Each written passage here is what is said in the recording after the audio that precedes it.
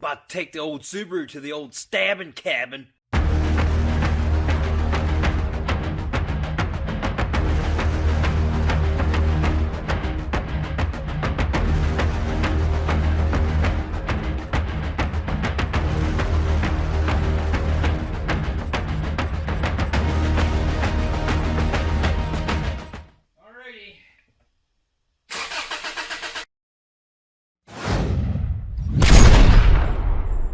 About to put the heart back in her. I totally just delayed this job big time because I totally forgot about the power steering boots being torn. So I got this one. This arm came off. Really wasn't that much of a problem. This one will not come off. I've heated it, cranked on it. It just will not come off. So I've been putting the engine off, going in. I think I'm just going to put it in anyways and do this later because I'm getting very frustrated with it. PB Blaster, cut the boot off. I have another boot to put on, but I can't get it on there unless I can get that arm off.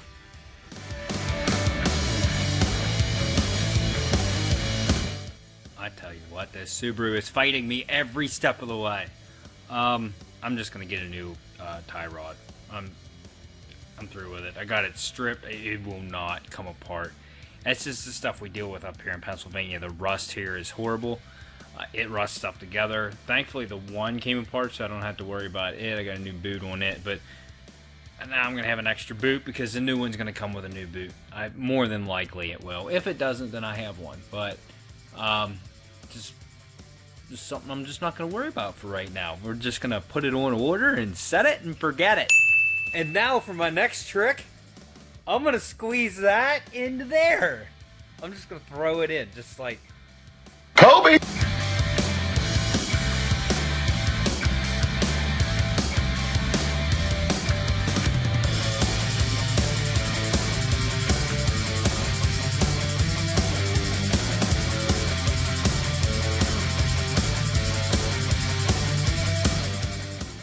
Boom, just like that, it's in. The motor mounts are in. I got 2 bolts tight. Well, the top bolt on this side, the nut on the bottom side. I got that nut started on that side. I didn't tighten it. And I still have to do a lot. But it did just sink into the mounts. So the engine's on the cradle. It's bolted to the transmission. What more could you ask for? Little trick I did. I had this extra ratchet strap. And I used that to tilt the engine until I got the bottom studs into the transmission, and I got it so far in, then it was getting really tough. So then I hooked this ratchet strap to the front of the chain, and then hooked it to the transmission mount right there, and ratcheted it, and it pulled the transmission and the engine together, and they actually just locked together. It was fairly easy. I had to get a pry bar down at the bottom of the transmission on each side to lift it just a little bit to get the dowels started, but after the dowel pins got in, it just slid right in. No issues at all. So I got 3 torque converter bolts there, and I ordered one. So later on in the week here, we will start getting this back together. Well, guys, the time has come, and don't let anybody tell you that you are a bad girl. You are a very good car.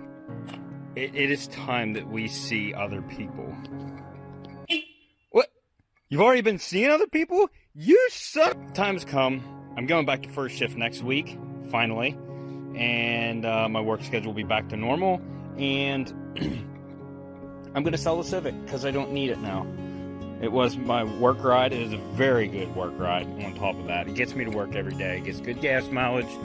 Used a little bit of oil. It's really not that bad now. After I did the seafoam treatment, I'm putting like half a quart in at 1,000 miles. So it's really not that bad. And that's driving over 2 mountains every day. The roads I travel are extreme conditions compared to what anybody else drives.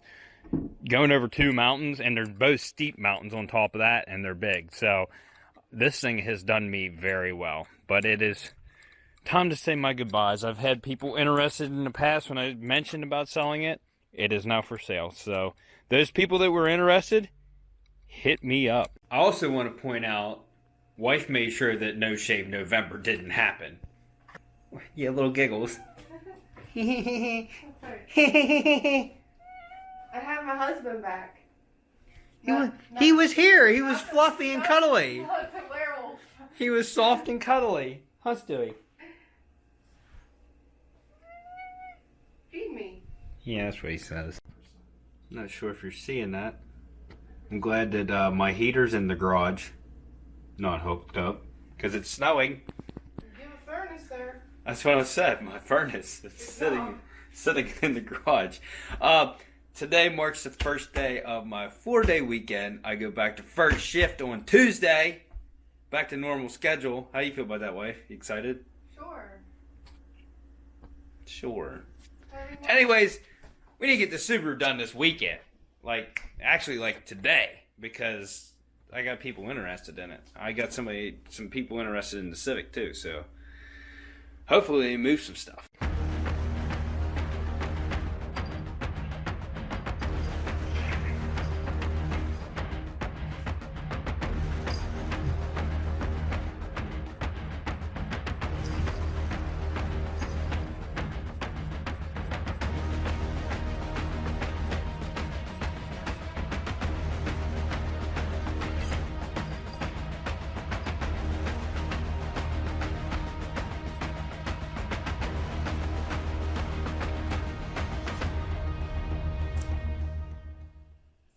Okay, so the only thing I did off of camera so far was put all of the torque converter bolts in. I got online, brand new torque converter bolts are like $13 just for one. I found a guy that had assorted used ones, and it didn't say how many came with it, but it was like $8. So I went ahead and ordered that, and I got 2 of them in a pack, and they are actually in really good condition for used ones, and I only needed 1. So if I dropped one, I could have just left it in there, put another one in. No, I wouldn't have did that. But all the torque converter bolts are in, and they are torqued. So now I'm going to go ahead, and you notice how this transmission has a label on top of it and a serial number. I'm guessing that this is a remanufactured transmission. That's why it has that label on there. I don't think a stock one would have that. Which, with 227,000 miles on it and an automatic transmission, that's expected. So, yeah, it's looking pretty good in here. I'm going to start slapping this thing back together. I'm pretty much just going to time-lapse most of it.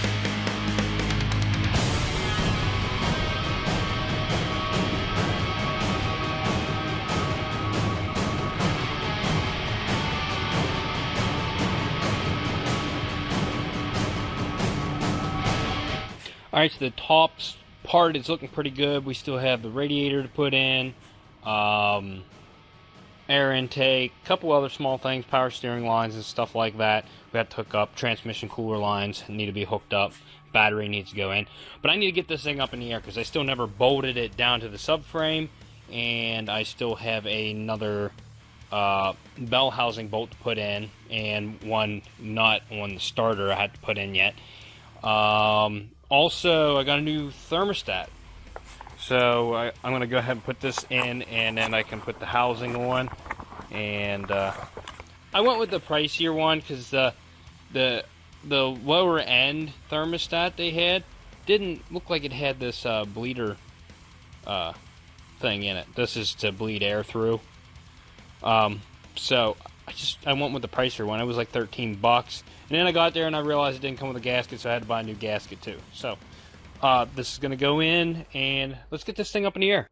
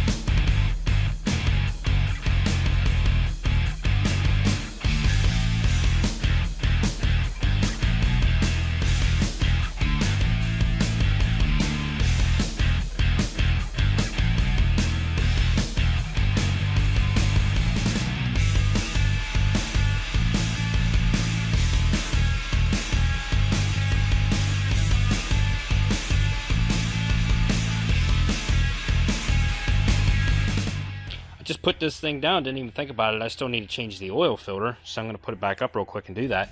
But now it's the time we're going to put all the fluids back in it and start this thing up for the first time. Everything was, I mean, this, if you're going to change an engine in anything, Subaru, this was like easy. This is the first time I've ever changed an engine by myself. Well, I didn't change it. I took it out, serviced it, put it back in.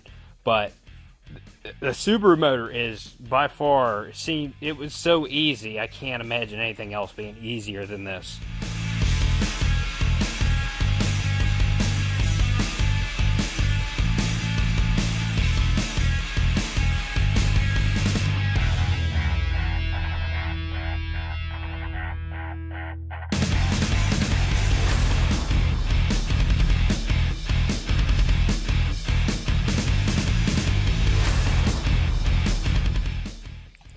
Alright, fluids are in. It's time to start this puppy up and unleash all 4 cylinders of fury. It's the first start. I haven't tried yet. All I did was bleed the power steering and then let the coolant system burp for a while. Alrighty.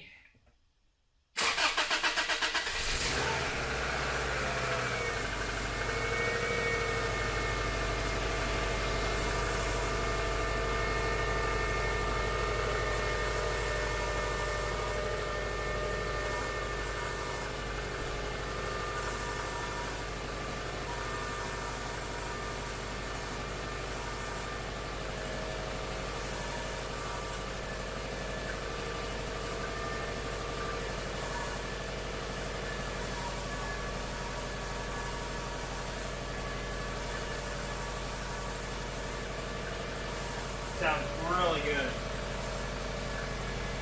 Look how smooth it's running too.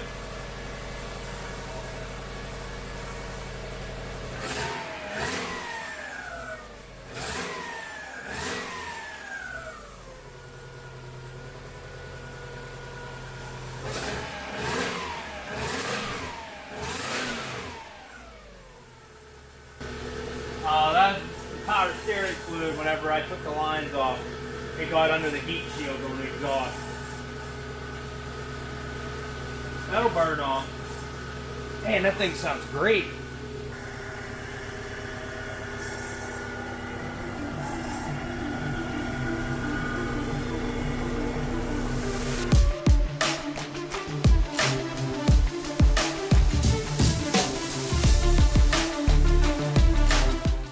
Alright, so everything was all good and dandy except the knock sensor is bad on this engine. I got that code before I did all this, and I cleared it and it didn't come back, and while I was letting it heat cycle, it came back on for the same code. So I did order a knock sensor. We will replace it. I don't remember exactly where it's at. I think it's a little harder to get to, but it's on top of the engine somewhere back here. We'll find it. We'll get it. I mean, it might be a pain to get to now. It would have been a lot easier with the engine out, but oh well, that's the way it is. All right, so it's actually not too horrible. Let me try to get the light in here where you can see it. You can see it right in between the wire. That plug right there is the plug for it, and that bolt goes through the knock sensor. So it's not going to be bad to replace. We can do that without even taking anything off. So I just removed the back bumper, put the pad under it that I forgot to put under it, put it back on. I'm going to go ahead and bolt the whole front end on, and then work on this fender flare setup that I'm putting on. I have rib nuts for in the metal parts of the car and the fender, and then I have the rubber, I don't even remember what you call those things, but they're sort of like a rib nut, but they're not. Rib nuts stay in the fender. You crimp them in, they're supposed to be a permanent fixture. You don't want to go too tight when you tighten your fenders on there either. The things, I got the rubber inserts that go in the bumper and the plastic. See, the metal will not grip the plastic that well. They'll strip out very easily. The things I got are rubber, and they go through the hole, and then when you tighten them, the rubber smashes and holds it to the car. So there's only going to be one bolt on each side, maybe one or two on the back bumper that get the rubber inserts. The rest of them are going to be rib nuts. But let me get the bumpers on here. I got to use my rib nut gun. I put a couple rib nuts in this composite bumper, which is not the sturdiest thing to, but I mean, they're solid.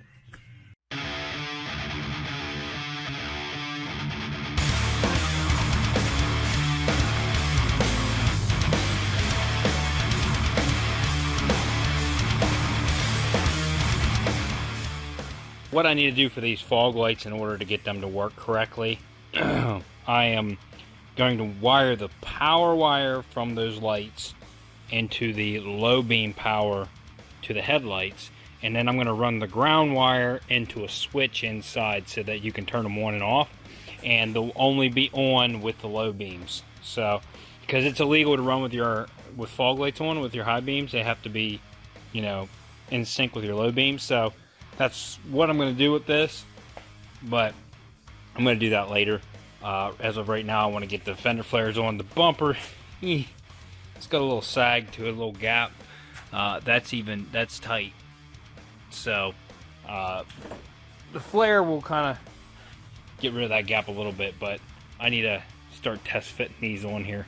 Let me tell you, I made the executive decision that we were cutting these back fenders, and I just went ahead and did it, and I don't regret it. I don't think it looks bad at all.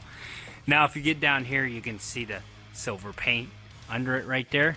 I don't think that looks very bad at all. I thought it would look a lot worse. So now I trimmed it a little bit right here for the door, and we're going to use some M4 inserts, but I need to run to the hardware store before they close and go get some hardware to fit these. So I'm going to do that real quick, come back, drill some holes, and permanently mount this. Alright, so I'm using an M4 insert. I got stainless screws and big washers. So I'm just going to go ahead and drill straight through the fender flare and the side of the car with this size drill bit, and that'll actually give me a little bit of room to adjust the fenders in also, because that's a little bit bigger than these screws are. Not a lot, but it'll give me a little bit of adjustment. I like it. I am just gonna send it. Let's start with, drilling right into the side of a car. It's weird.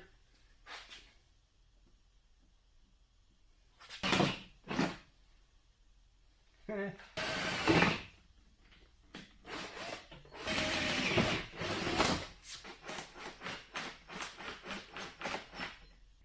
kind of screwed up, but I didn't.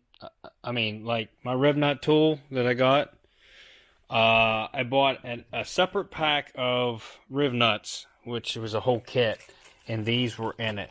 I did not even take in account that my rib nut tool does not have an M4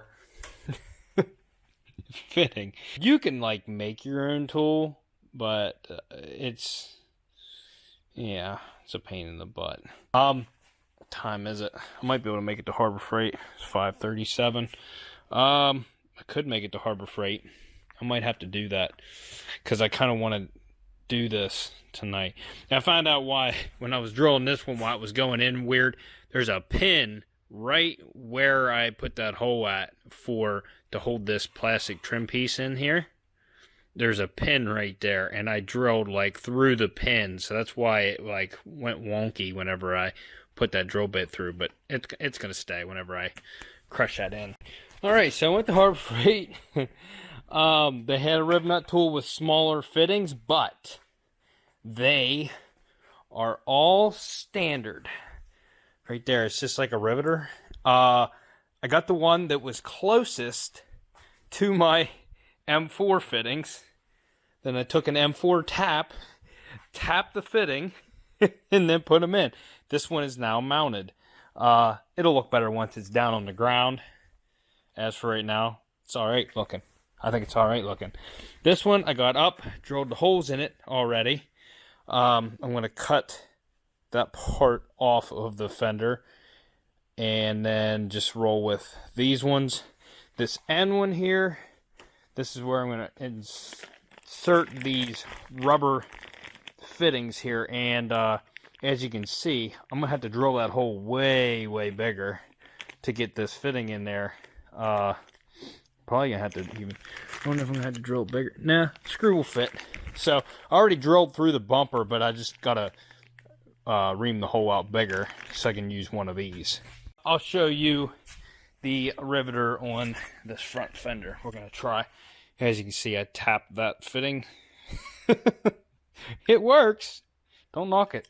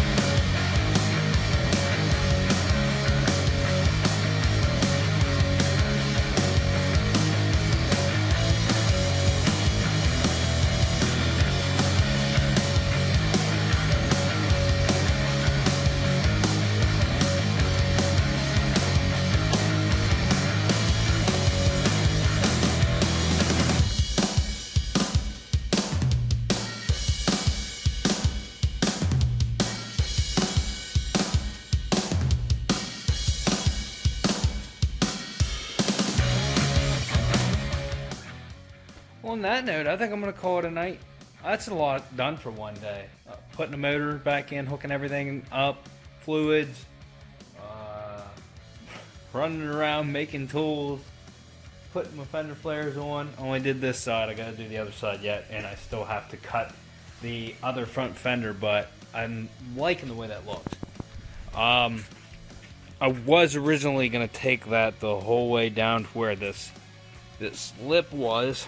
Take this down to here, but it still just didn't fit up right. So I probably should put a washer on that one so it doesn't look out of place. But behind this hole there is a metal bracket that runs down through here. So not only did I have to grind that hole out, I had to grind out a hole in that metal bracket so that that rubber insert would go the whole way through it. But it kind of ties everything together. Looks really good. I like how the line ties in with the fender right there like that. It just, everything looks good, and it fits up pretty good and tight. And if I were keeping this, I would invest in wheel spacers for the back wheels. But I'm not, and I can't have them on for inspection, so I'll leave that up to the next owner. I put a lot of money into it, so I mean, at this point, I'm not really gonna keep upgrading this. As this is the point where I gotta tell myself no and let somebody else take over on that. I'm thinking tomorrow we should be able to finish this thing up. I have the whole interior to put back together. The thing needs intensively cleaned. Oh, I'm still missing my tie rod, or my inner and outer that I ordered. And I also had to put the front axles back in after I changed the boots. I don't know. Should be able to get this thing done tomorrow. There's still a lot to do, but like I said, I'm calling it a night tonight. I got to get my sleep schedule back to a first shift sleep schedule. So if you guys like this episode, go check out some other episodes. Share it with your friends. Like, subscribe, and we'll see you on the next episode. Unwrapped.